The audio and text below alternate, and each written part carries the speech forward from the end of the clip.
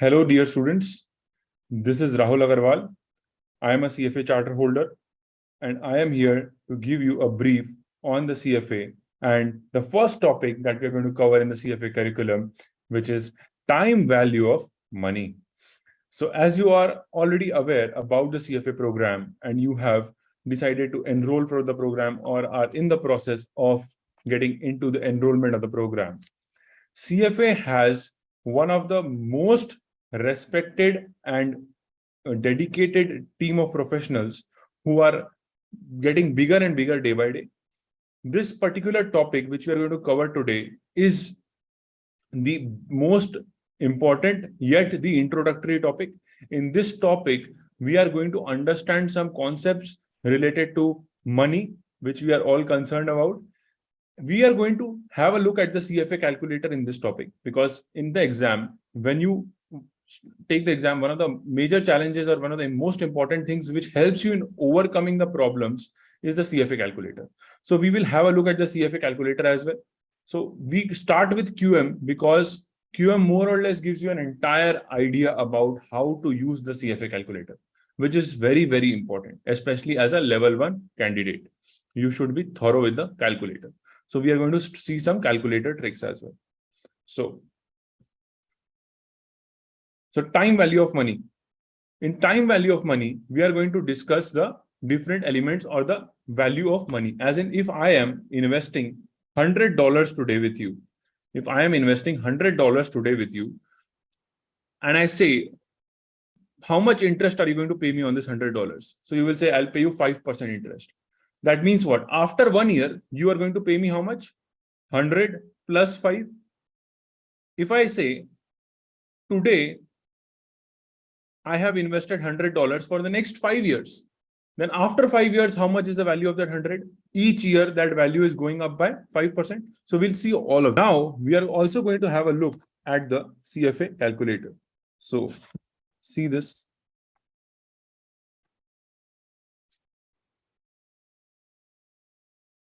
In front of you is the BA2 plus CFA calculator.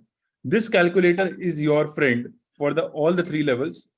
So make sure that you understand the details about this calculator very well. I have not yet started the discussion on the calculator. I will start as we continue with the topic. So TVM concepts. TVM concepts. We are going to discuss some terms quickly, and then we are going to move to the concept part. PV, FV, PMT, N, I by Y. Now, these are some basic terms which will be there on the calculator or the buttons. You should know their meaning as well as the tricks of using them in the calculator. PV stands for present value. What is present value? Value of money today. Like if I am asking you that if I am giving you $100 at the end of the year, suppose we are standing on 1st January 2023, and I am saying that I will give you $100 at the end of that year. That means what? On 1st of January 2023, the value of that 100 is lesser than 100, because try to think logically. If you are lending money to a bank, suppose you deposit $100 in a bank, so, or the bank says that I will give you $100 after 1 year. So if I am paying you, I am the bank and you are the depositor. If I am saying that I will give you $100 at the end of the year, that means at the beginning of the year, the value is less than 100 because there is some interest added in that 100. That is called present value, value of the money today. Future value, FV stands for future value, value of the money at the end of the year. At the end of the year, or at the end of whatever the period is, say 5 years, 10 years, what is the value of money? Suppose you are investing your money. Now, all of you are aspirational investors. You want to learn CFA to get into research or investing. So you are investing. Why are you investing? You're investing money so that that small amount of money becomes really big in the future. So for that small amount of money to become really big in the future, you need to invest that money for a certain number of years or a certain period, say 10 years. So after 10 years, what is the value of that money? That value is called future value. Don't be intimidated by all the terms. We have just started and we are going to discuss it in detail as we move ahead. PMT stands for periodic payments or recurring payments. Like suppose at the end of every month, I am paying my EMIs. Suppose you have taken a loan from a bank, a home loan, and at the end of every month, you are paying the EMI, equal monthly installments. So that is called what? PMT or periodic payments. Or suppose you are investing money. So suppose you are doing an SIP and that SIP is running for a period of say 2 years or 3 years. You are doing that investment every month. So every month you are investing some money, right? That is the PMT function. So that is PMT. This will be to be discussed. We will be discussing this as we move ahead. N stands for number of periods. Number of periods. Basically, am I investing the money for 5 years? Am I investing the money for 10 years? Or 5 months or 6 months? So what is the period? So if suppose I'm saying I'm investing the money for 1 year, but on a monthly basis. So what is the period? 12 periods are there. In a year, there are 12 months. At the end of every month, I'm investing money, or at the beginning of every month, I'm investing money, whatever. So there are 12 periods. So don't be confused that number of periods means number of years. It can be anything. It can be quarterly or semi-annually, which we will discuss as we move ahead. And I by Y is interest rates. The rate of interest that you will earn or you will pay when you are investing money or borrowing money. So that is the overall understanding. So I hope you are clear till here. Now let's move ahead.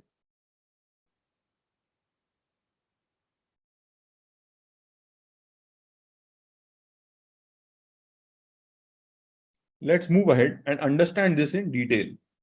Suppose this is day 0 and this is end of year or last day of the year, day 365, whatever. Okay. Now, at day 0, you put in $100 and interest rate is 10% on this investment. So that means what? $100 becomes how much? 100 into 1.1, that is $110. If this is called what? Future value. If I say the opposite, if I am paying you 100 at the end of the year, that is on the last day of the year, on day 0, the value is how much? 100 divided by 1.1, somewhere around 90.9. This is basic elementary mathematics. Now, all of this will be discussed in a very lengthy manner in the calculative space and with the help of the BA2+. So there are very lengthy calculations. I'm just giving you a basic idea about the topic.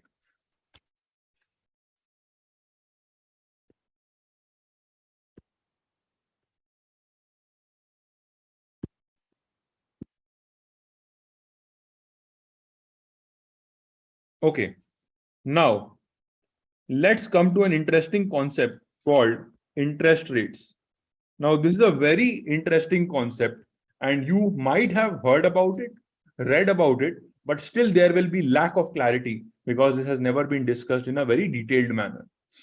So interest rates are also called discount rates. Basically, keeping it simple, if you are investing money or suppose depositing money in a bank and you are doing a fixed deposit, we are all aware as Indians, we are quite aware about one thing, that is fixed deposits. So if we put our money in a fixed deposit, what are we earning? Interest rates, which is also called as discount rates.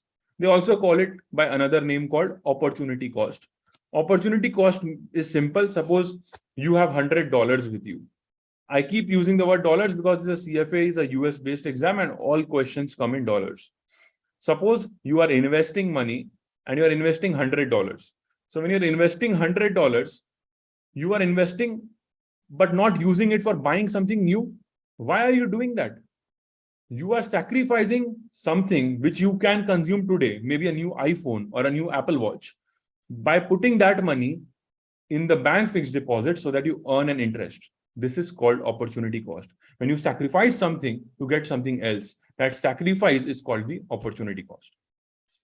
Now, elaborating on the interest rate concept, everyone, listen to this carefully. This is a very interesting concept. Interest rates is actually called as nominal interest rate. Nominal interest rate. What is nominal interest rate? So try to understand this in simple terms.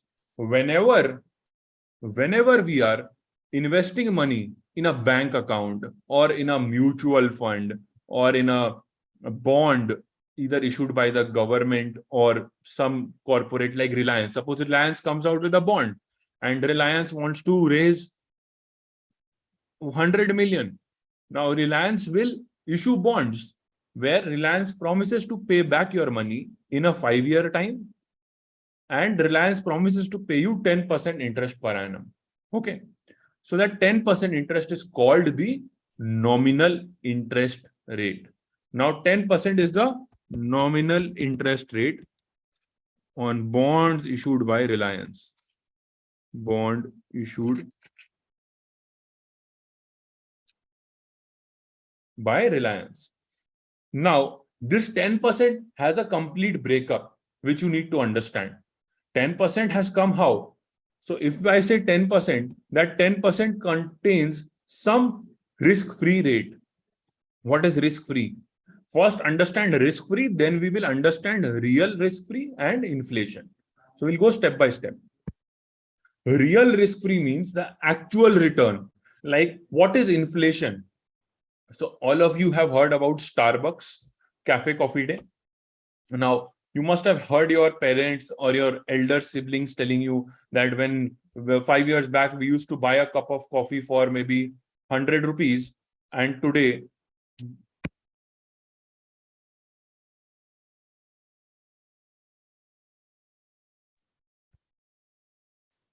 $5 years back, we used to buy a cup of coffee for $100, for 100 rupees. And today, we have to buy that same cup of coffee for 200 rupees. Why is this happening? Why are we buying a cup of coffee worth 100 rupees 5 years back today for 200? Because of inflation. That is the rise in the price of overall products and services. The salary of the laborers has gone up. The rent in which the coffee shop is located has gone up. The coffee beans which is being used to make coffee has gone up. The glass which you use for drinking that coffee, the price of that glass has gone up. When the price of the overall products has gone up, the cost has to go up. So if you are buying something worth 100 5 years back, today the price of that becomes maybe 200 or 180, whatever. So that is the concept of inflation. What is real risk-free rate? The actual return that you earn, ignoring inflation. Now, all this is discussed in detail as we go deeper into the CFA curriculum. So real risk-free rate is, suppose, like, let's take the best example which is happening right now.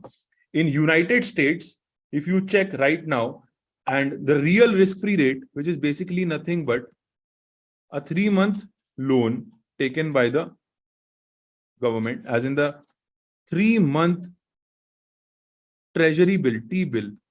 This is the real risk-free rate of, the nominal risk-free rate of the US government, which is somewhere around 4.11%.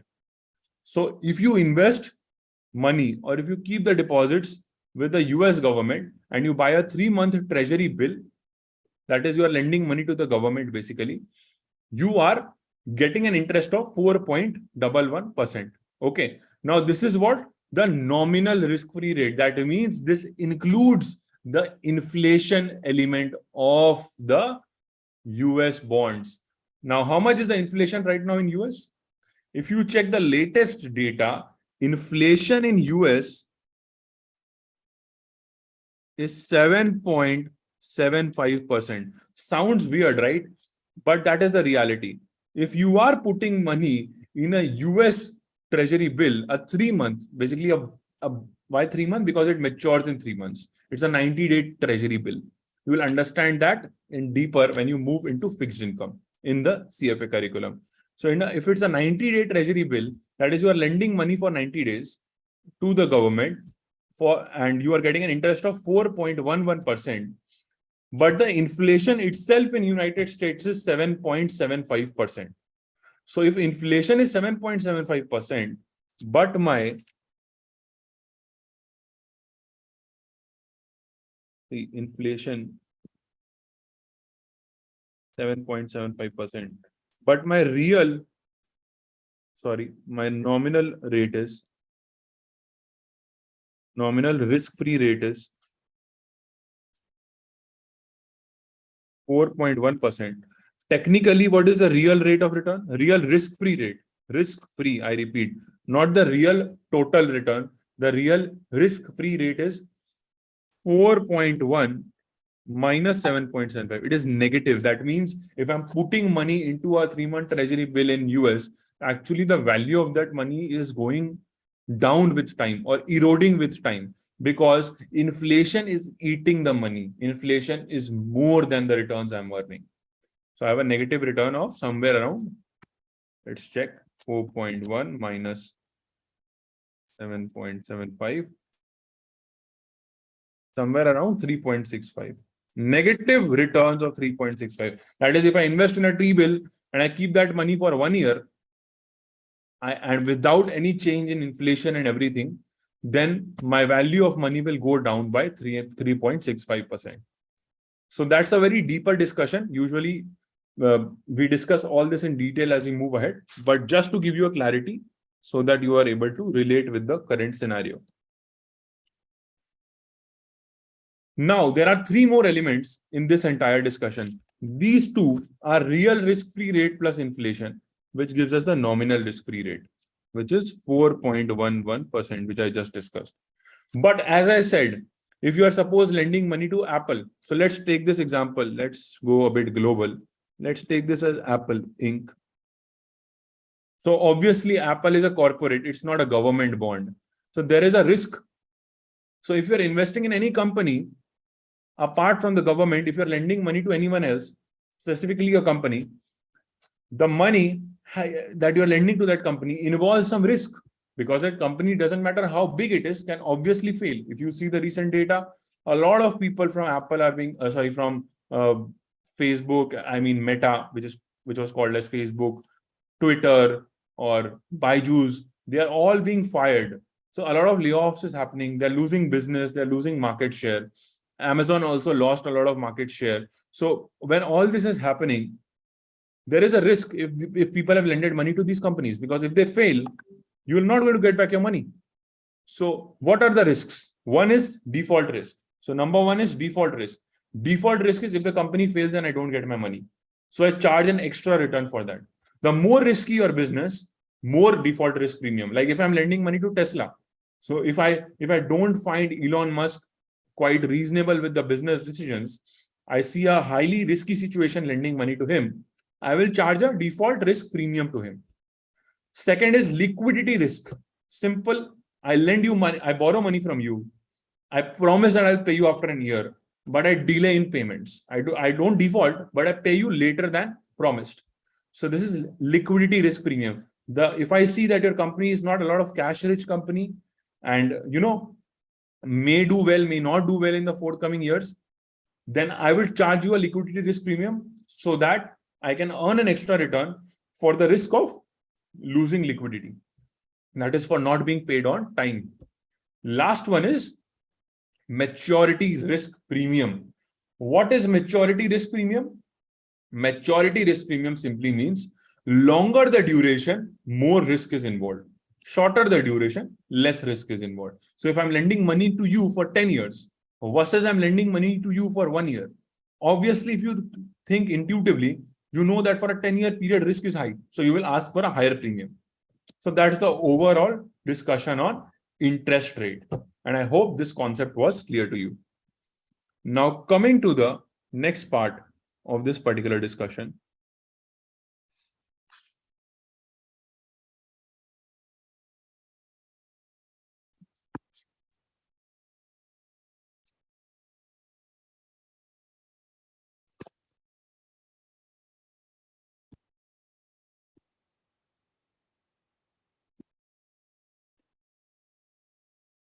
Now we'll elaborate on this. So now we'll talk about the actual method of calculating the real return. Real return is equals to nominal return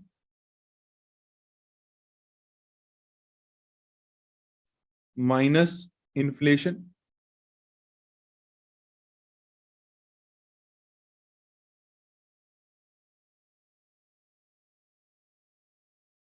so if I say nominal return is 6%, inflation is 4%, so you will say real return is 2%. That is the approximate answer. The accurate formula or the appropriate formula is real return equals to 1 plus nominal rate divided by 1 plus inflation whole of it minus 1. See, if you see the answer, if I just do this 1.06 by 1.04 minus 1, have a look at the calci.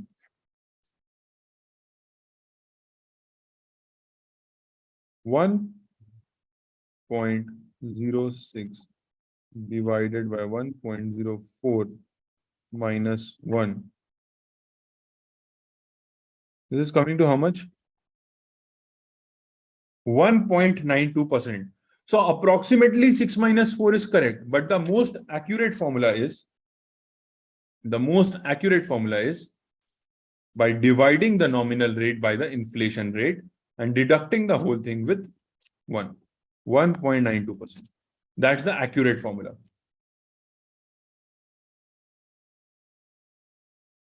Now, moving ahead, some topics which we are going to cover as we move ahead.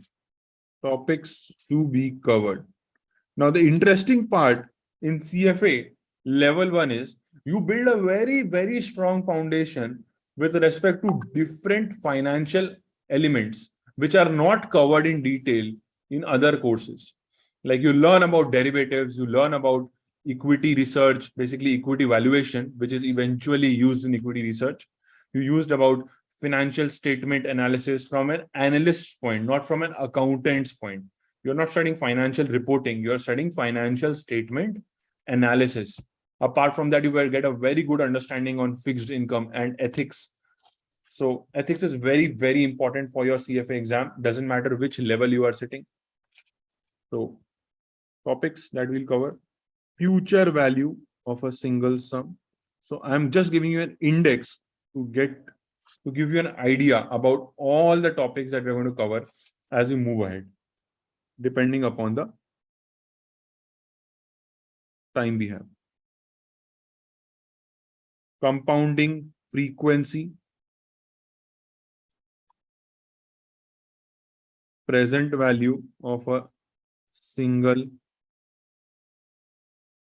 sum, and future value and present value of annuities. So we are going to cover all of these 4 topics one by one.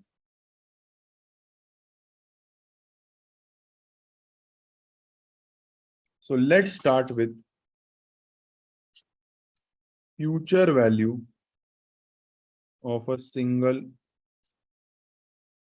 sum. What is future value of single sum? Now I'm going to teach you calculator tricks. So please be attentive. Suppose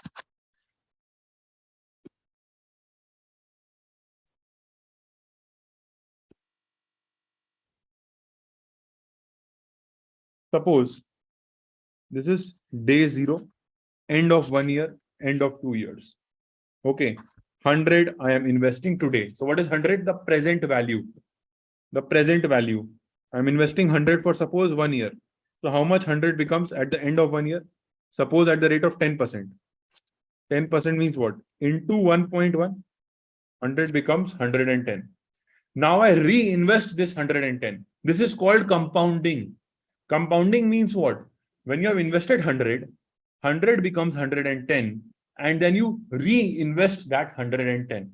So compounding gives you the ability to earn interest on interest.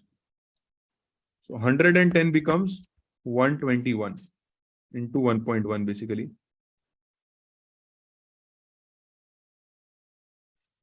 So this is the future value.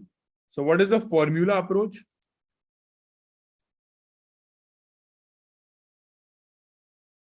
What is the formula for this? If you remember, you have studied this in school. Future value is nothing but present value into 1 plus r to the power n. Now, how do you do this with the help of the calculator? That is what we need to see. So have a look at the calculator. Look on the screen.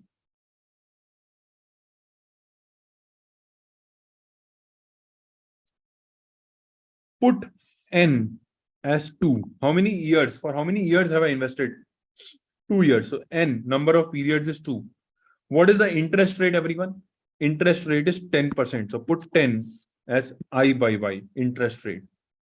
Now, what is the value which we are investing? We are investing today $100, right? So 100, press 100, press this button, plus minus. Why? Because I want to change the sign to minus 100. Why minus 100? I am putting the money today. Money is going out of my pocket. So it is an outflow. If I put in the money today, then only I'll get the money back after 2 years, right? So put PV as negative, PV. Then what? I want to calculate FV. So compute FV. See, future value is 121. Now notice on the screen, what did I press? If you see on the top left corner, there is a button. CPT. This means compute. And on the right side, you see a button called FV. This is future value. So please look on the screen. The third line or the third row, N, I by Y, PV, PMT, FV. This is the TVM area, the time value of money area in the calculator, which you will be extensively using, not just in this topic, but in many other topics in CFA. So this is very important. Now, if you want to remove this, now how to clear the calculator? One important mistake which every student makes in the exam is they are in a hurry, forget to clear the calculator. So you need to press this button second. In the top left corner, you see a button second. Then press this button, FV. Why FV? Second, clear TVM, clear work. Why did I do this? When I press second, if you see, there is a yellow line written on the top, clear TVM. Clear TVM is nothing but the clearing of all the past calculations we have done on the time value of money scale. Okay. So that is why we press second. So it selects the command clear TVM and then we press this one to clear the calculator. Okay. Next is, so this is how you calculate the future value of a single sum. You, in the calculator, go to calculator,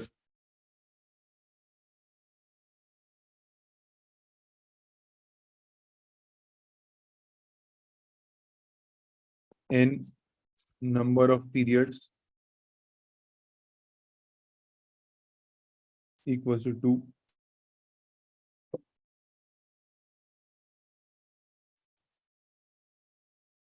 I by Y interest rates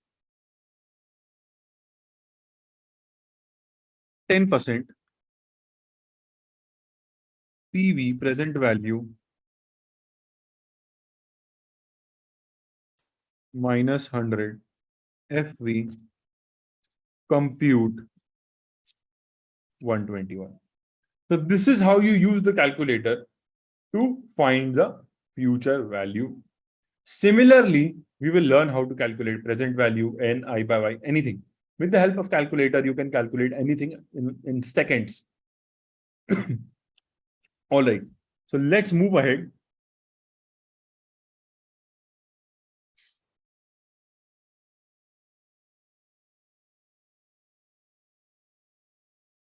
And understand concept of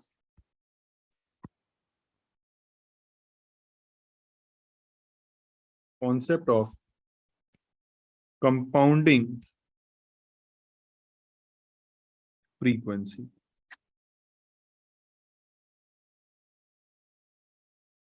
Now let's understand the concept of compounding frequency. What is compounding frequency? Now, this is a very technical area which we usually make a mistake, which will be covered in time value. So case one, if I say 10% compounded annually, if I say 10% compounded annually, that means what? I am investing $100 at day zero, $100, which becomes $110. So into 1.1, 10% is the interest. So this is what? Compounded annually. So there is something called stated rate and effective annual rate. You need to understand this very, very carefully. If I am saying that, I am going to give you 4 scenarios. I am saying you are investing at the interest rate of 10%, compounded annually, compounded semi-annually, compounded annually, compounded semi-annually, compounded quarterly, and compounded daily. So see, annually, money is growing at the rate of 10% annually, semi-annually,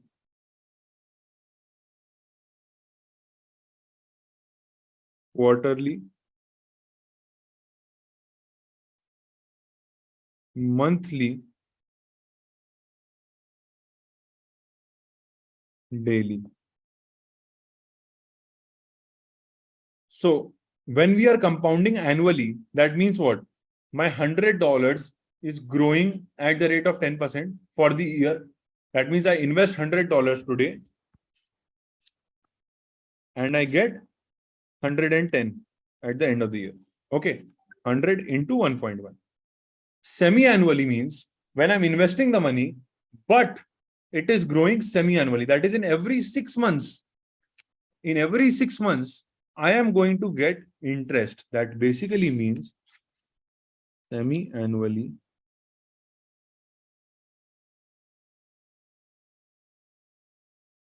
zero, 6 months, 1 year. 100 was invested here. 100. Now try to understand or apply common sense. If you are investing for the year for 10%, then in 6 months, if I'm paying you interest, how much will I pay? 5%. Another 6 months, I'll pay you 5%, right? It's not like I'm going to pay you 10% at the end of every 6 months. No, 10% is the interest rate for the whole year. In case one, the entire interest was paid at the end of the year. Here, that's not the case. In semi-annually, 100 is growing for the year at 10% only, but you are being paid interest at the end of 6 months only. So here 100 becomes 105. Okay. And then 105 grows at the rate of 5% for another 6 months. So that is why the value is higher. So it basically becomes 110.25. So what is the effective interest rate? You will say, sir, the stated rate is or the actual interest rate is 10%. But if I ask you how much returns you have made at the end of the year, you will say 110.25 minus 100 divided by 100, right? Holding period return. I have holded the money for 1 year and my returns are how much? 110.25 minus 100 by 100. This comes to 10.25%. 10.25% is more than 10%. Is more than 10%. Why? Because this is the effective rate. Because during the year, I received interest. In case one, if you see annually, the effective annual rate and the stated rate or the nominal rate is the same. Stated rate is also called as nominal rate. So in that case, I am getting money at the end of the year. So whatever the case may be, whether it is effective or stated, the result is the same.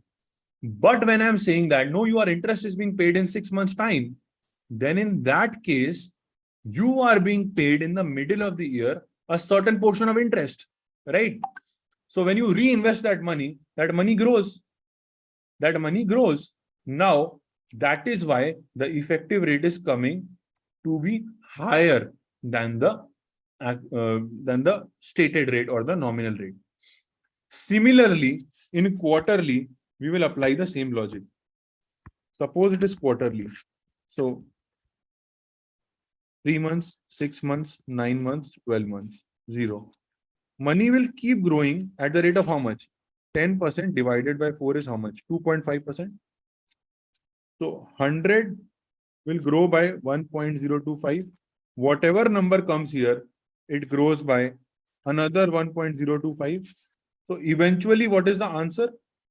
Eventually, what is the answer? We will not use such a lengthy process in the exam. We will use the calculator. So the shortcut for this is,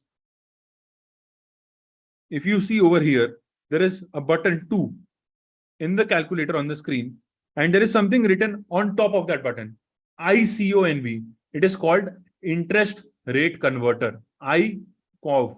ICOV means interest rate converter. So I will press second and I will press 2. See what is written? Nominal. NOM means nominal. So I have already entered 10. So let's enter 10 again.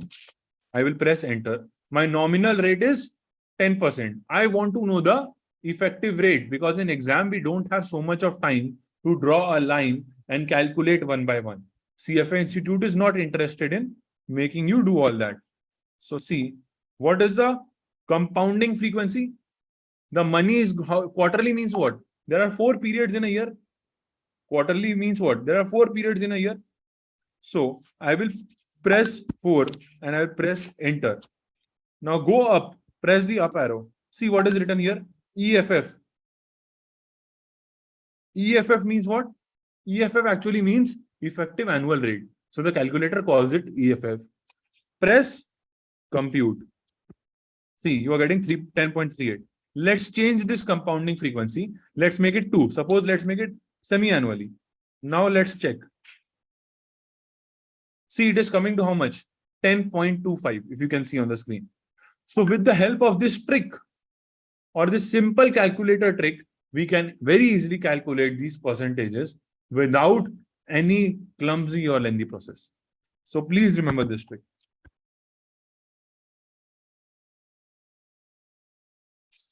Now let's come to the next part.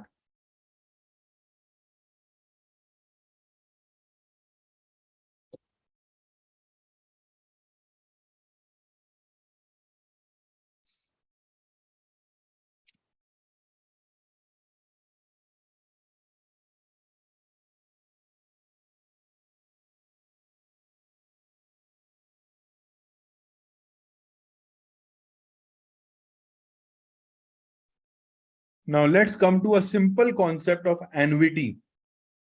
Now, after we have discussed this, let's come to a simple concept of annuity. So annuity means what? Annuity means, suppose I am investing money with you, okay? And I'm investing that money for a 10-year period. Now in that 10-year period, every year I'm putting some money, right? So there is a duration. Either I'm putting that money at the end of the period, that is suppose at the end of the year, or I'm putting that money at the beginning of the period. That is means at the beginning of the year. So this constant deposit or return on my investment is actually an annuity structure. When I'm getting a recurring payment or I'm making a recurring payment for a certain period. Now there are 2 types of annuity. One is called regular annuity and one is called annuity due. Regular annuity means when you are depositing money at the end of the period. So end of the period is, suppose I am investing in a mutual fund where I'm doing something called SIP. Now you must have heard this quite often. So if I'm investing in a mutual fund, when you're depositing money, say at the end of every month, then it is called ordinary annuity or regular annuity. Why? Because the deposits are happening at the end of the period. But if you're investing, suppose you are paying your EMIs and suppose you are paying them at the beginning of the month, that is annuity due because you are paying them at the beginning of the period. That why am I discussing this? You will understand this once you use the calculator. In calculator, the result changes because of this minor difference. So please be watchful of what the question says in the exam. So if you have a look at this,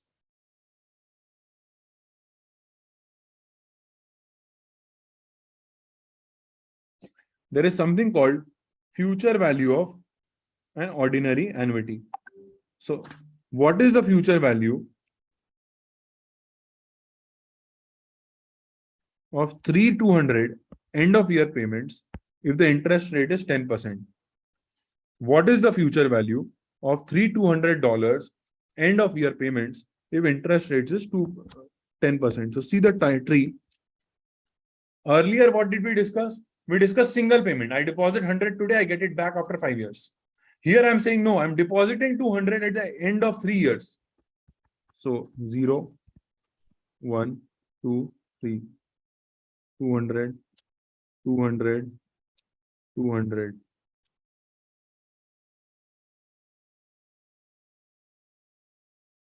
So what is the value of this? Here I've deposited 0. I have not put in any money at the 0.0. I have deposited 200 at the end of the period. I want to know the value of this 600 at the end of year 3. That means what? That means what? This 200 has grown for how many years? 2 years. Can you see? For 1 year, it increased by 10%. For another year, it increased by 10%. This second one, the other 200 increased by 10%. That is, this 200 had only 1 year to grow by 10% because I had invested the money for 3 years.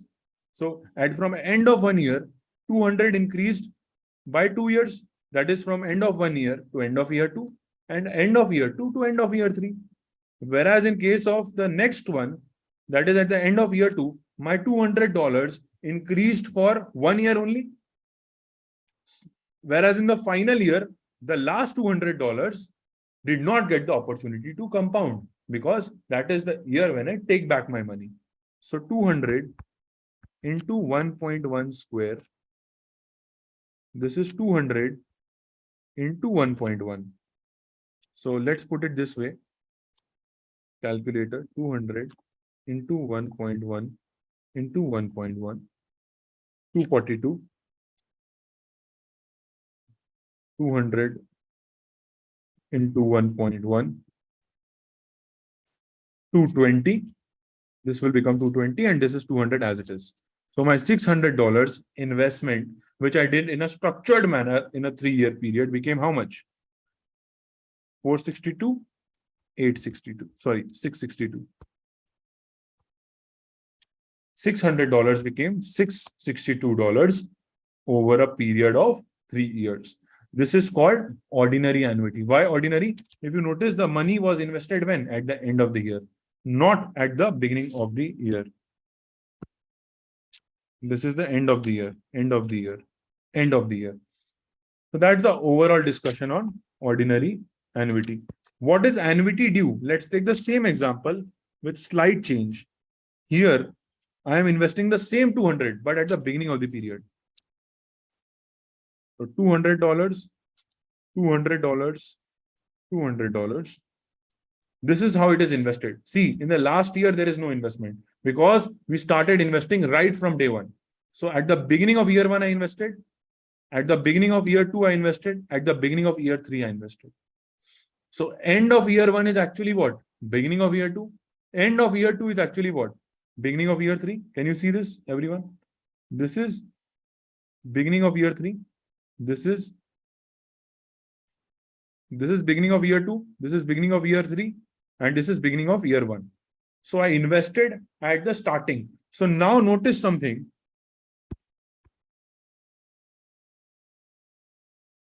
This 200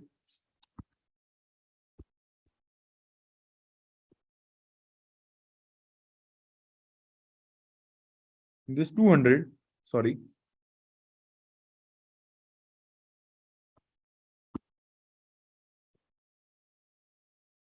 One second.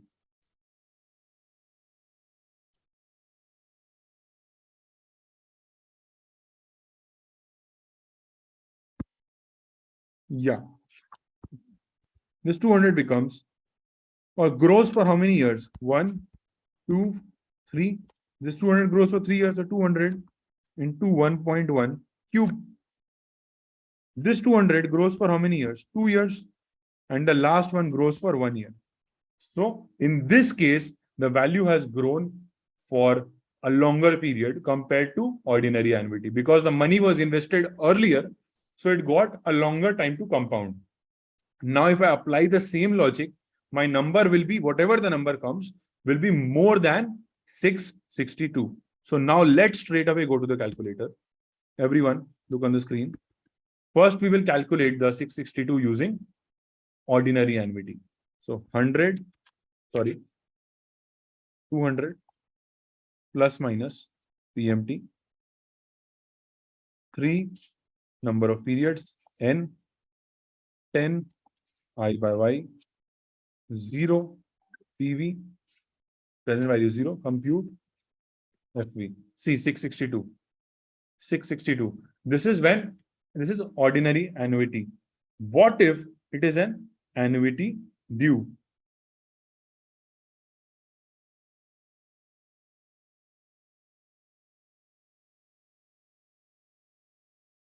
What if it is an annuity due? Let's change that. Now, how will we make the calculator realize that this is not ordinary annuity but annuity due? We will press second BGN. See, what is written over here? End. I was right now in what? End of the year mode, but I want to go to what? Beginning of the year mode. How will I do that? I will press second PMT. Second set. See, how did I do this? Have a look at this carefully. I press second, then I press PMT. Why second and PMT? Because what is written above PMT? BGN.